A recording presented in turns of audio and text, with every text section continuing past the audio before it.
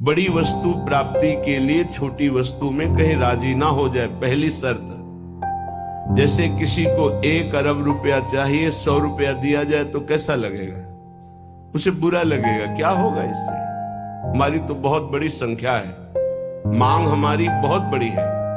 ऐसे ही भगवत प्रेम प्राप्ति के मार्ग के उपासक को ब्रह्म पद, देवराजेंद्र का पद और सम्राट पद, योग की सिद्धियां और मोक्ष पद, ये भी बहुत ऐसे लगता है 100 रुपये के समान। 1 अरब की प्राप्ति वाले को जैसे 100 रुपया, ऐसे प्रेम प्राप्ति वाले को ये सब लगता है। इसलिए कह रहे मुझे ये नहीं चाहिए।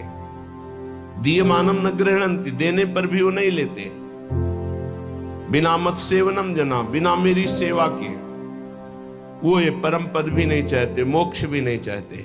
इसलिए पहले तो उपासक को ये समझना है कि हमें चाहिए क्या।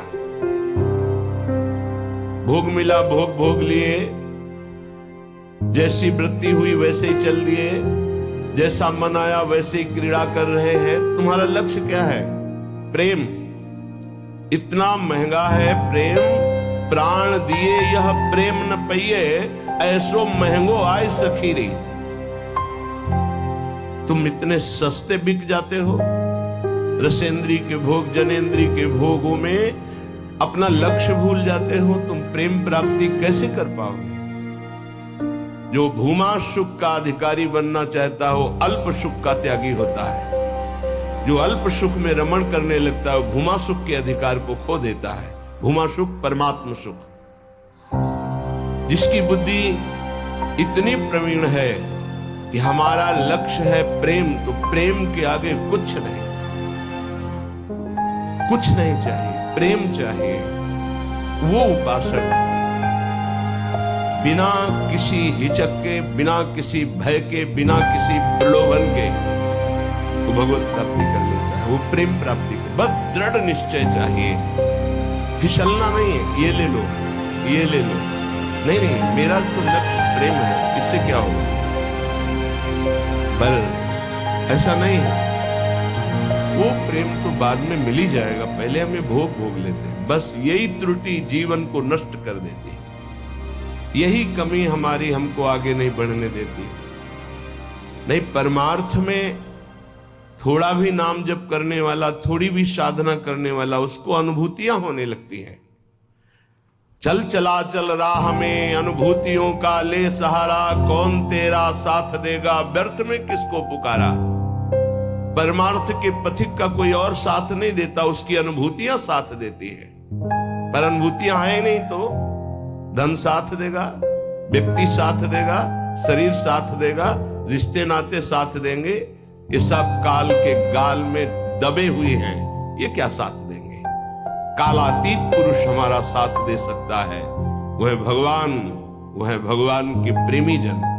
इसलिए बहुत सावधानी पूर्वक सत्संग सुने और इस जीवन का चरम लक्ष्य है प्रेम।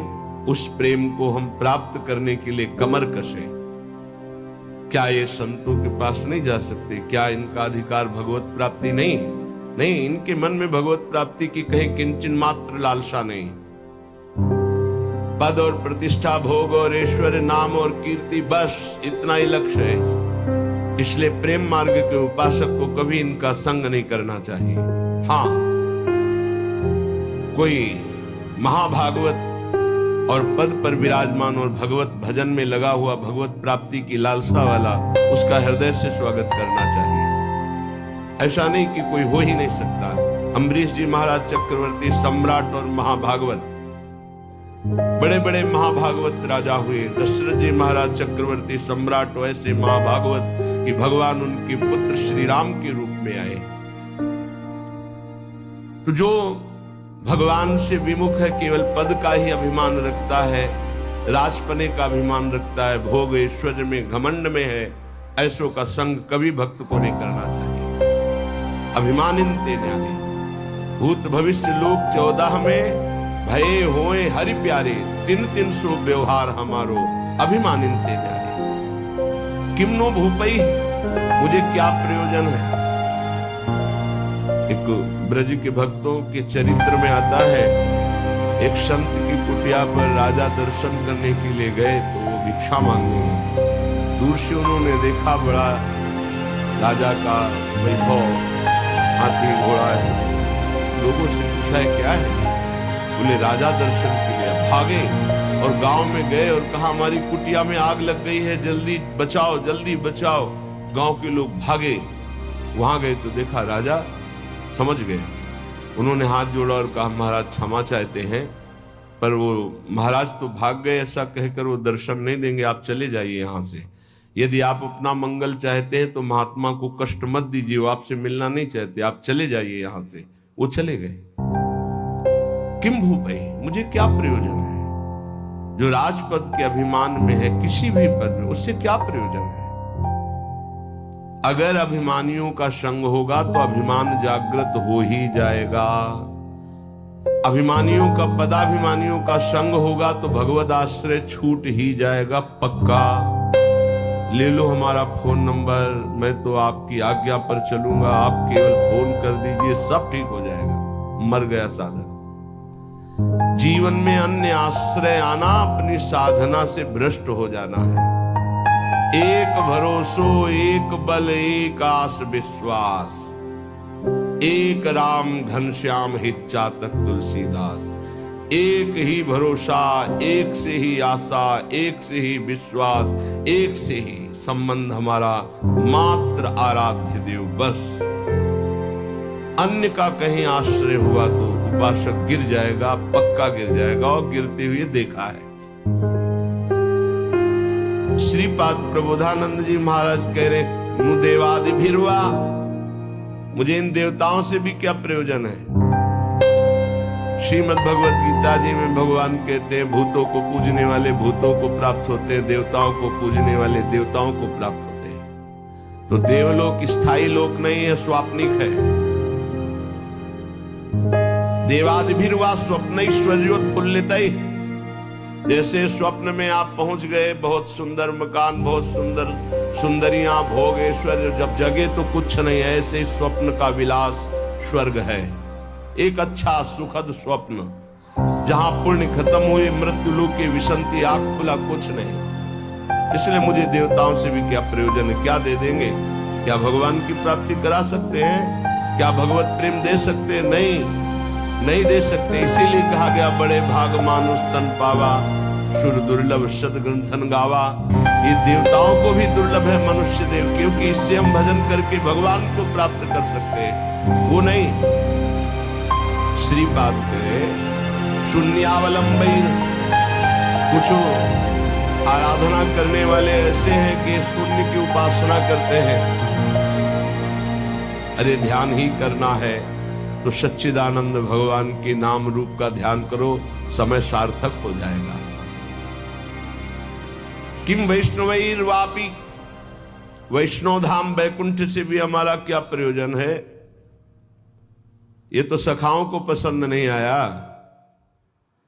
जब सखाओं ने जाना, नंद बाबा को वरुण के पार्षद ले गए थे, और श्री कृष्णचंद्र जो जब उनको मुक्त कराने के लिए गए, तो जो लोकपाल वरुण ने साष्टांग दंडवत की और अर्घ पूजा और उपासना, वो नंद बाबा ने देखी। मेरे लाला को बड़े बड़े देवता लोकपाल दंडवत कर रहे, और स्तुति जब की तो सुना नंद बाबा ने, तो आके ब्रजवासियों से बताया मेरा लाला तो भगवान है। सखाओं ने कहा क्यों कन्हैया तू भगवान है? बाबा कह रहे थे तू भगवान है, तू भगवान है तो वैकुंठ दिखा।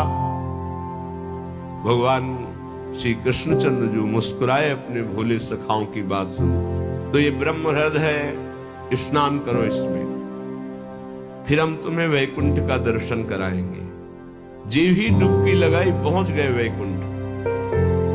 वहां भगवान के दिव्य चतुर्भुज पार्षद, और दूर सिंहासन में इंद्रनीलमणि कांति चतुर्भुज भगवान श्री के सहित विराजमान है, लक्ष्मी जी के सहित विराजमान। ओ कांप गए वैभव देखकर। पार्षदों ने रोक दिया। अरे बोले मुझे ऐसे के पास जाना ही नहीं, मेरा कन्हैया तो सिर्फ मेरा है, और एकदम व्याकुल हुए, कहा नहीं चाहिए मुझे वैकुंठ।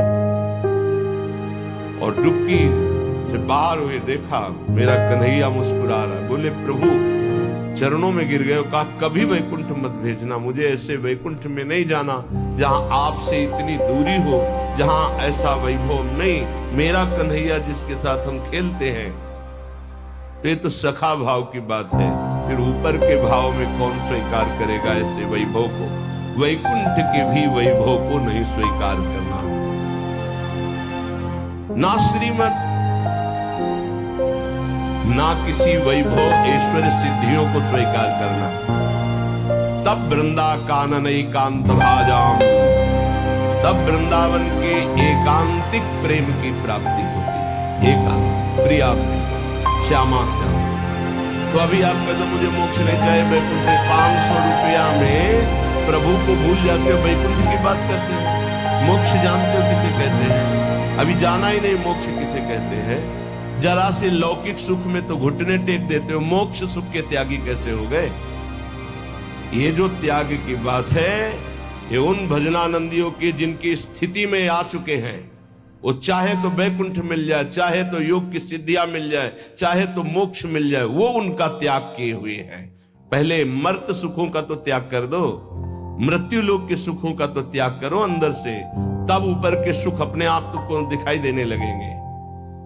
श्रीपाद कह रहे हैं, शम सर्वेषाम प्रयासेन दात्री द्वित्रैकांति प्रेम पात्रैक पात्री आनंदात्मा शेष सत्वा निधात्री श्री वृंदाटव्यस्तुमेन्धस्य धात्री।